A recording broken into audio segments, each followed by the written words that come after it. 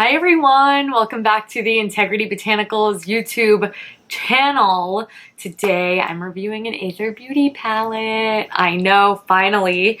Actually the first time I've ever even played with these was when they launched on the website, and they've been around creating some buzz for quite some time now, so I'm excited to review them for ya. Today we are going to be honing in on the Rose Quartz Crystal Gemstone palette specifically, and I will do a different video on the Summer Solstice palette if you guys enjoy this one. So why don't we just talk about it? Let's go into packaging first. Aether Beauty cardboard packaging here, $58 for the palette. There are 12 beautiful shades in a multitude of different finishes in here. We will get there. As far as packaging is concerned, like I said, you will see Aether Beauty on the front. It is completely cardboard. It is not the most resistant to sort of wear and tear, but that is not the end of the world for me. You turn it over, we have all the shades laid out here. When you open it, you will see that there is no mirror. They do have a little something reciting why that is the case. It says, "Hello, beautiful." We've removed the mirror and magnets inside to be more sustainable. We strive to make the best sustainable choices in all of our products, and let's be real, you'd probably be using this palette in front of a mirror anyway. By removing the mirror and magnets, it becomes fully recyclable, and we are saving this palette from going directly to the landfill. It's a win-win for both you and Mother Earth. Thank you for your love and understanding.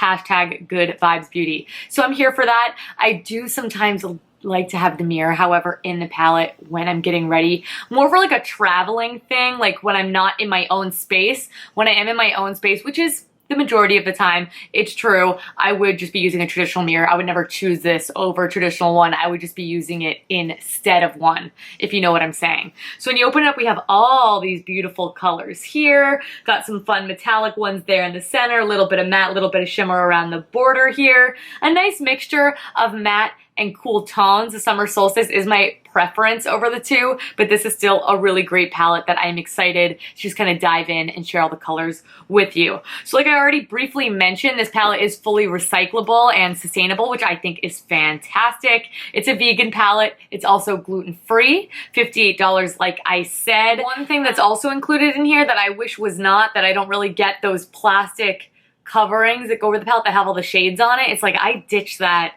the second I get it, especially when they've already taken the time to print them here on the back. I think it's a little redundant and not necessary, but no big deal here. So let's just jump right into Heartstone. That's this top pink shade right here. This is a more sparkly one. I do have this packed on the front of my eyelid here today. Definitely one of my most reached for. I like this one because it's not too dark. It's actually a little bit more of a mid-tone. Has quite a nice brightness to it. I think it makes it actually a little bit fun. It's like a pink pink, not a soft, muted, you know, barely there pink. Then we have the shade Stardust. Stardust is also beautiful. This is more of like that icy pink.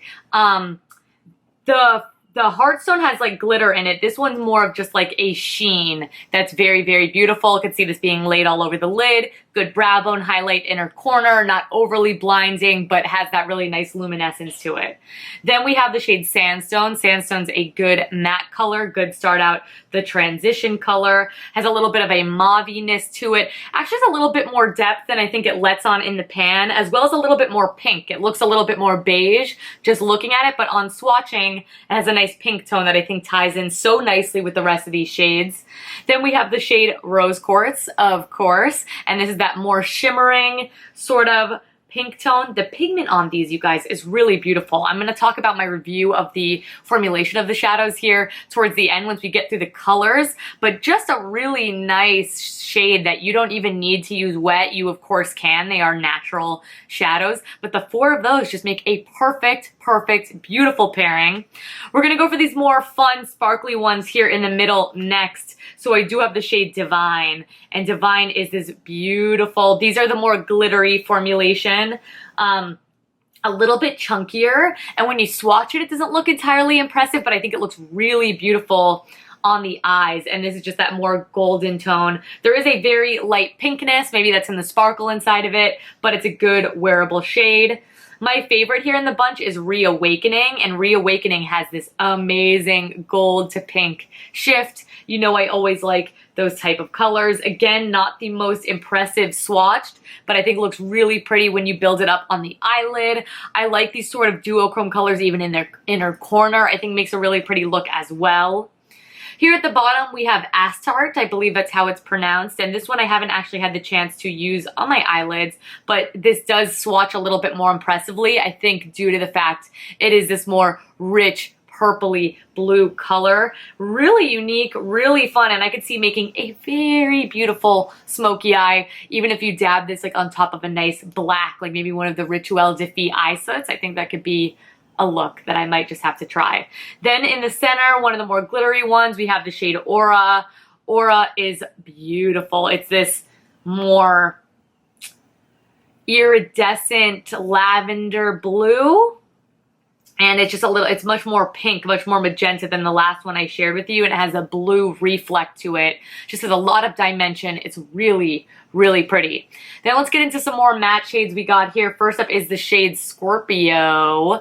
And this is a beautiful matte taupey plummy shade. Has a really nice amount of purple to it. Would pair it beautifully with those center shades. I mean, they did a really good job at creating shades that I think are very complementary to one another, yet different enough with a variety of finishes. I really appreciate that.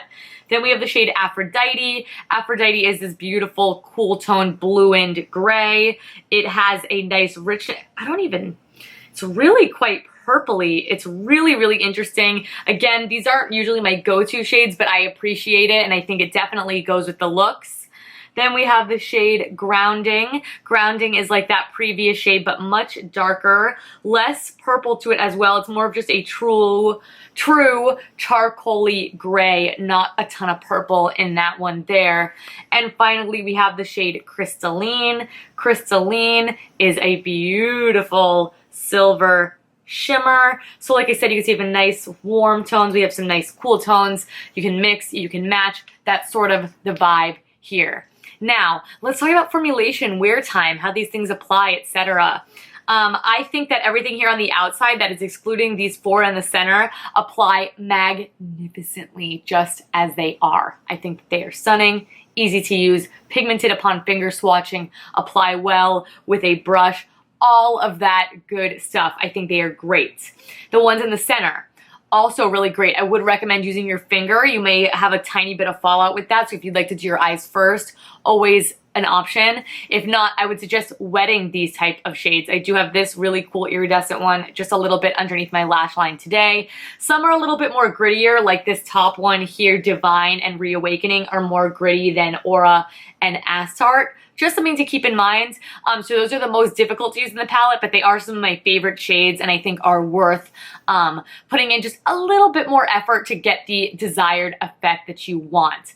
They aren't as even in pigment as the ones on the surrounding edges. I would use these more as topper eyeshadows, to be honest with you. Not they could not build up, but that would be my preferred use for Reawakening and Divine. Whoa, I don't know what happened there.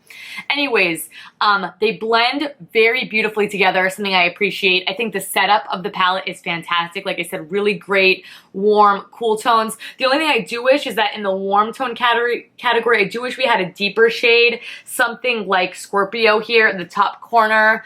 I think the setup is really cool. These shapes always kind of, there's always a lot of wasted space. Like this palette could be even smaller if they just set it up traditionally, but I think it's really cute. And since it is a zero waste palette, that doesn't offend me quite as much as something else. I use all my regular brushes for this. I will probably do some makeup tutorials featuring these products, maybe like a one and done palette tutorial. You could definitely just use this palette. I do find that since I am lacking that maybe deeper warm tone shade, I will dip into like my Sappho shadows or something like that. I do wish there was a dark brown or something in here because that's more my speed, but that's just a total personal preference. Not saying you cannot get a full look from this palette, because you absolutely can, from brow bone to crease to deepening it up to a pop. It has it all in this beautiful 12 pan palette. Wear time, wears just like all of your conventional shadows. I don't find the need for a primer. I don't find that they're breaking up. I don't find that they're falling all over the place. Really just good, solid formula. As always with a natural shadow, you are definitely going to get a decent amount of kick up in the pan. Not so much when you stick your finger in, more so when you use a brush. They're just not pressed quite as firm or do not have those, a lot of the filler ingredients that you see in conventional products are to press them more firmly in the pan and to in turn make less fallout. So since these are lacking in that department, which is a good thing, you do have a little bit more fallout, so let's just make sure we are tapping off the excess on our brush, but nothing crazy. We don't have an Anastasia subculture palette situation going on here. So that's it. That is my thoughts on the Aether Rose Quartz Palette. I do want to show you guys this in action, me applying it. Maybe that will be my follow-up video to this. Let me know if that's something that you'd like to see. Something I would be interested in, since I'm such a creature of habit with a lot of my skin products. I just kind of like what I like, eyebrows, all of that. How do you guys feel about just eye tutorials? I think that is the thing I switch up the most. And then of course I'll include a lip as well, because I think those are the most interchanging, but I think it would save some time on videos, allow me to turn out just a little bit more quick ones for you, and maybe even do some more looks. Or maybe it would be fun to do like 3 looks, 1 palette, and I'll do all eye looks in that video. Just kind of let me know what you're thinking. But this has a big thumbs up from me. I am really excited to review the Summer Solstice palette for you.